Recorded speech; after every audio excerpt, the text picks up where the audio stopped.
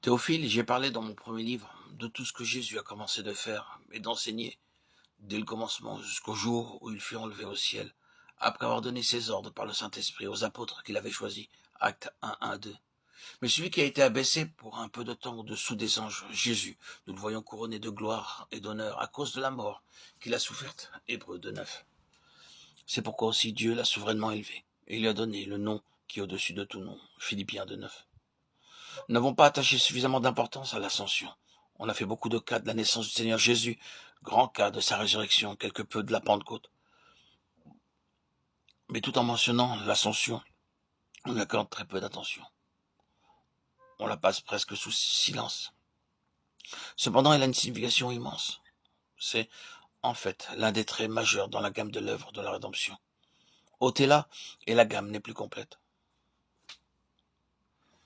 Dans les précédents audios, nous avons parlé de l'octave, de la gamme ascendante. Le son, comme nous le savons, est produite par des vibrations dans l'air, mais il est enregistré dans l'oreille grâce à un mécanisme merveilleux.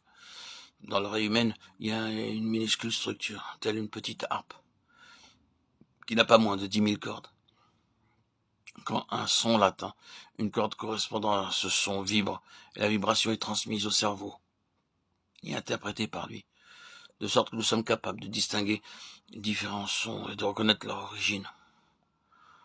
Or, dans la gamme ou l'octave, plus nous montons, plus nous obtenons de vibrations. Comparativement, il n'y a que peu de vibrations aux notes les plus basses, mais plus nous montons, plus il y a de vibrations et plus l'oreille a besoin d'être vive et exercée. Il y a des sons qui sont si aigus que l'oreille humaine n'est pas capable de les entendre. Mon point est simplement ceci. Plus nous entrons dans les choses spirituelles, plus il nous faut de la sensibilité pour les discerner. Le Seigneur avait peut-être cela en pensée quand il disait que celui qui a des oreilles pour entendre. Matthieu 11:15. Il doit y avoir une réponse qui corresponde à ce qui est dit. Et quand nous arrivons à l'ascension, nous sommes bien en train de monter dans la gamme. Voici quelque chose d'une très grande importance dans toute l'octave de la rédemption. C'est un grand tournant sur lequel tout pivote.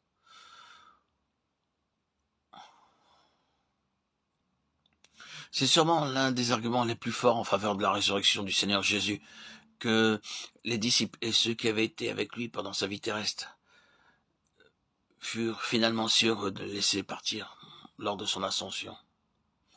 Comme l'ont fait remarquer auparavant toutes les fois où il avait fait allusion à son futur départ, cette seule pensée avait frappé leur cœur de terreur et de consternation. En réalité, ces paroles rapportées au début du chapitre 14 de Jean, que votre cœur ne se trouble point, furent prononcées à cause de cette chose même. Il était en train de parler de son départ. Et ils étaient remplis de perplexité et de consternation. Ils n'entrevoyaient aucun espoir, aucun avenir s'ils s'en allaient. Tout pour eux simplement se désagréger. Ils ne pouvaient supporter la pensée de son départ. En ces derniers jours avec eux, combien de son temps fut occupé par cette question de son départ et par ses efforts pour calmer leurs craintes et pour les rassurer. Ils ne pouvaient l'accepter. C'était une ombre sinistre sur leur horizon.